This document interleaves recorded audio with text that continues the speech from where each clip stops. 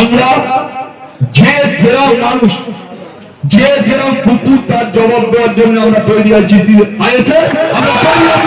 আমার থেকে বেশি কেউ জানে না, এটা জানতে হবে।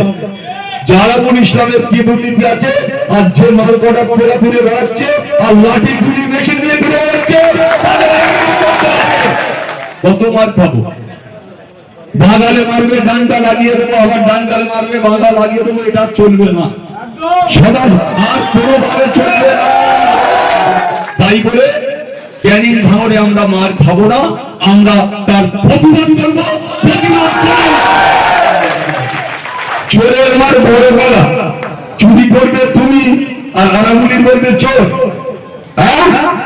কত টাকা চুরি করেছো বাংলার মানুষ, ভাঙড় ক্যানিং এর মানুষ একটা একটা করে বিচার করবে। আর তোমার মতন চোর ভাঙড় ক্যানিং থেকে পালিয়ে যাবে, ভাঙড় ক্যানিং থেকে পালিয়ে যাবে। নির্বাচন সবে শুরু হলো, আমরা আজকে প্রথম দিন ডোনেশন ফাইল করে আমরা এসেছি, আমরা সাতসালের উপর দিয়ে এসেছি, আমরা ঝগড়া করার জন্য আসিনি। চারটে লোক নিয়ে যদি সে মুস্তানি করে এতটা লোকের সাথে, পুলিশ তো ওদের বাঁচিয়ে দিল। আমরা তো শুভ আজকে টান টান করে রিক্সায় করে এখানে আনতে এসে এটা শুভ বুঝতে না, প্রথমটা কি ওরা বুঝতে পারত। আমরা যে যেরকম মানুষ, যে যেরকম কুকুর, তার জবাব দেওয়ার জন্য আমরা তৈরি আছি। আমরা তৈরি আছি ক্যানিং এর প্রতিটা প্রাণ কেন্দ্রে। যদি ওরা মুস্তানি করার চেষ্টা করে, আমরা কিন্তু কেউ ছেড়ে কথা বলবো না। আপনারা ছাড়বেন বলুন, কোনোভাবে ছাড়া হবে না, কোনোভাবে ছাড়বো না। পুলিশ আমাদের 7টা ছেলেকে মেরেছে, আমি ডিসি কে অনুরোধ করবো, 7টা ছেলেকে, আমি চলে আসছিলাম তো, তাহলে আমাদের ছেলেদেরকে মারা উচিত নেই। তুমি তৃণমূলের নেতাদের বাঁচাবে, আইএসএফ এর কর্মীদের মারবে, তা কি করে সহ্য হয়? আমি তো চলে এসেছিলাম, তারপরে 2 কিলোমিটার ধরে আমাদের গাড়ি, 2-3 কিলোমিটার লাইনে গাড়ি, আমি এই রাস্তা হেঁটে হেঁটে গিয়েছি। আমাদের সমস্ত ছেলেরা কমপ্লেন করবে, আমি মেডিকেল করাতে বলেছি। এখানকার এডিশনাল আইসির নামে কমপ্লেন হবে, আর কয়েকজন বাবু আছে, আমি তাদের নাম জেনে নিচ্ছি, তার নামে কমপ্লেন হবে। আমরা তো ইতিমধ্যে নির্বাচন কমিশনারকে আমরা জানাবো যে আজকে যারা এখানে তৃণমূল করছে, যারা তৃণমূল করছে এখানে, সব কটা চোর বাবা। আমার থেকে বেশি কেউ জানে না, এটা জানতে হবে। জালালুল ইসলামের কি দুর্নীতি আছে, আর যে মালকটা ফেরা ফিরে বেড়াচ্ছে আর লাঠি গুলি মেশিন নিয়ে ফিরে বেড়াচ্ছে, তাদের ব্যবস্থা করতে হবে। আমরা সবাই শান্তিপ্রিয় মানুষ। আপনারা জানেন, আমরা নওশাদ ভাই, আব্বাস ভাইয়ের নেতৃত্বের প্রতি আস্থা রেখে আমরা সবাই চলার চেষ্টা করি। কত মার খাবো, বাঁধালে মারবে, ডান্ডা লাগিয়ে দেবো, আবার ডান্ডালে মারবে, বাঁধা লাগিয়ে দেবো, এটা চলবে না, সদা আর কোনোভাবে চলবে না। আমরা জানি আমাদের নেতার নাম নওশাদ সিদ্দিকী, আমরা জানি আমাদের নেতার নাম আব্বাস সিদ্দিকী। আমরা তাদের নীতি আদর্শের উপরে ভরসা করে চলবো। তাই বলে ক্যানিং ভাঙড়ে আমরা মার খাবো না, আমরা তার প্রতিবাদ করবো, প্রতিবাদ করবো, প্রতিরোধ করে উঠবে। আজকে যদি মনে করে সাকসারে সাধারণ মানুষের উপরে ওরা রোলার চালাবে, প্রয়োজন হলে আরামুল ইসলাম বিনা পারমিশনে ফের চলে যাবে ওখানে, আমরা আমাদের লোক নিয়ে ওখানে হয়তো পুলিশের গাছ জোর দেখাচ্ছে, অনেকটা তাদের হাতে কলম আছে। আজকে এখানকার এডিশনাল আইসি তিনি বরঞ্চ গাল দিয়েছে নেতাদের, তিনি বলছে আরামুল ইসলাম ওখানে বাজে কথা বলেছে। আমি বলছি উনি অভদ্র, উনি ছুটে এসেছে আমাদের ছেলেদের মারতে, 6-7টা ছেলের উপরে লাঠি চালিয়েছে। আরে ও কি সরকার মনোভাব কি বনেই হয় নাকি? হ্যাঁ, জামাই বাবু, মহিলা সাহেবের কি জামাই বাবু উনি? পাগল হয়ে যাচ্ছে। সেদিন এখানে এসে পড়েছে আমাদের ছেলেরা মিছিল করবে, ও মোল্লারে পার করার জন্য হামাগুড়ি দিয়ে আমি বলি কি হলো, এসে শুধু ধাক্কা মারছে আমাদের ছেলেদের। আমি বলি কি হলো ভাই? বলে আপনারা রাস্তাটা ক্লিয়ার করুন, আর ওই আপনারা বাজাচ্ছেন, গান বাজাচ্ছেন, পারমিশন আছে? আমি কিসের পারমিশন? বলে না পারমিশন। আমি বলি পারমিশন?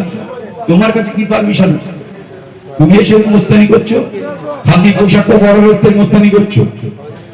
তারপরে দেখি হাওয়াগুড়ি দিদি দিদি মোল্লাবাবু যাচ্ছে দুটো গাড়ি নিয়ে, আর ছেলেরা তারা করে সব চোর বলেছে।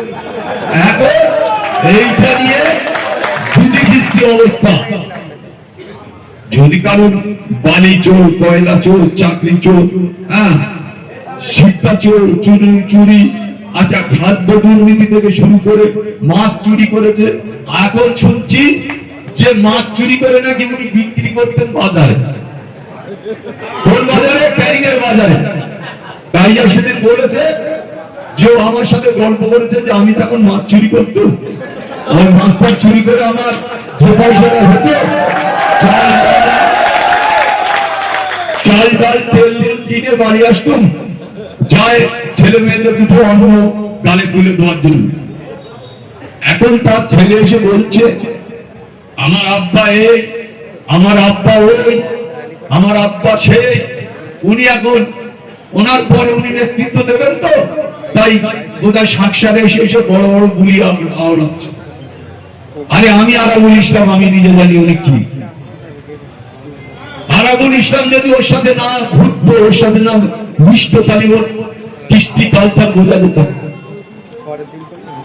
যে আরাবুল ইসলামের মতো লোকের কাছ থেকে টাকা নেয়, সে চোর, সে জোর বাটপাড়ি সবকিছু।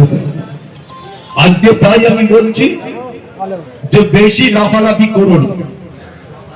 ধোসনা সবই ভুটো আছে না, তা তোমার কটা ভুটো আছে সব বেরোবে। আপনারা না পেয়ে এখনো বসে আছেন।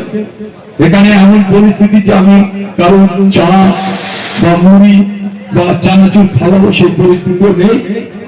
আমি আপনাদের বলবো যে আমরা এখানে প্রোগ্রাম শেষ করবো, সবাই সুস্থ ভাবে। একটা কথা মাথায় রাখবেন, আপনাদের যেখানে ডাকবো, যেখানে ওরা জুলুম করবে অন্যায় ভাবে, সেখানে কিন্তু আমরা ঝাঁপিয়ে পড়বো। এটা সবাই আমরা ঝাঁপিয়ে পড়বো। আমরা এই ক্যানিং পূর্ব বিধানসভায় 1 ইঞ্চি মাটি আমরা ছাড়বো না। মানুষ তাই আমি সবাইকে আমার পক্ষ থেকে আন্তরিক শ্রদ্ধা, ভালোবাসা। আমি একটা শরীর ভুলে গেছি, আমার বাম বন্ধুরা, সিপিএম এর বন্ধুরা আজকে আমার সাথে যেভাবে সহযোগিতা করেছেন, বা তারা যেভাবে আমাদের সাথে কাঁধে কাঁধ মিলিয়ে আজ অনুষ্ঠান ফাইল করতে গিয়েছে, তুষারটা নিজে আমার সাথে হেঁটে গিয়েছে। আমি সমস্ত সিপিএম এর নেতৃত্বকে, আমি আইএসএফ এর ক্যান্ডিডেট হিসাবে, আমি জোটের প্রার্থী হিসাবে আমি সবাইকে আন্তরিক শ্রদ্ধা, ভালোবাসা, আন্তরিকতা জানাচ্ছি। কেন? যেহেতু তারা আমাদের জোটের, আমি তাদের জোটের ক্যান্ডিডেট।